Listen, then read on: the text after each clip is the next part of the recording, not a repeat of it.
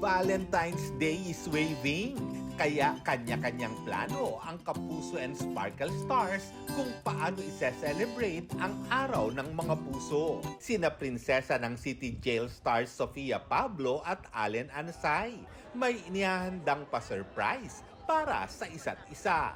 Gusto ko ibahin kasi last year parang flowers yung binigay ko sa kanya. So, let's see.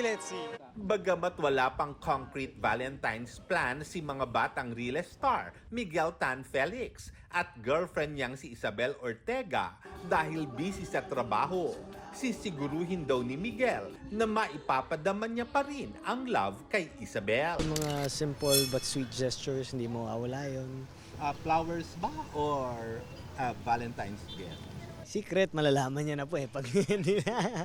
SNWB o Samahan ng Walang Valentines dahil single naman ang mga kapwa Riles boys ni Miguel na sina Kokoy De Santos, Rahil Biria at Anton Vinzon.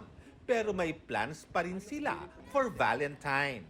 Didate yung airmats ko. Tapos yung ate ko naman, wala yung asawa niya. So ako magdidate sa kanila. Kami ng kuya ko. Bibigyan ko na rose yung nanay ko. Bibigyan ko ng rose yung mga malalapit sa buhay ko. Yung mga sister ko, tapos mama ko syempre. Yun yung bibigyan ko ng Valentine's na flowers. Dahil wala ring love life, pinili raw ni comedy queen Ay de las Alas na umalis papuntang Amerika sa mismong February 14 para itulog na lang daw niya sa ere ang buong araw na yon. Pero kumusta naman kaya ang kanyang puso? Recovery period, but I'm okay.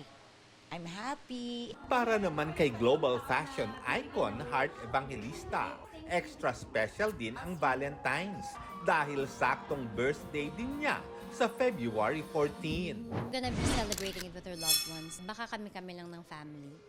Ganon din si Zephanie na turning 22 this Valentine's Day. Magse-celebrate daw siya kasama ang kanyang kapwa makakast. We're celebrating my birthday, pero secret muna kung saan kami pupunta.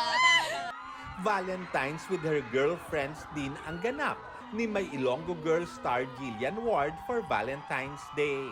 Yung mga female friends ko, baka mag-girls night out na lang kami. On duty naman ang Valentine's ni Andrea Torres. Habang concert ang gagawin ni Christian Bautista sa February 14 at 15.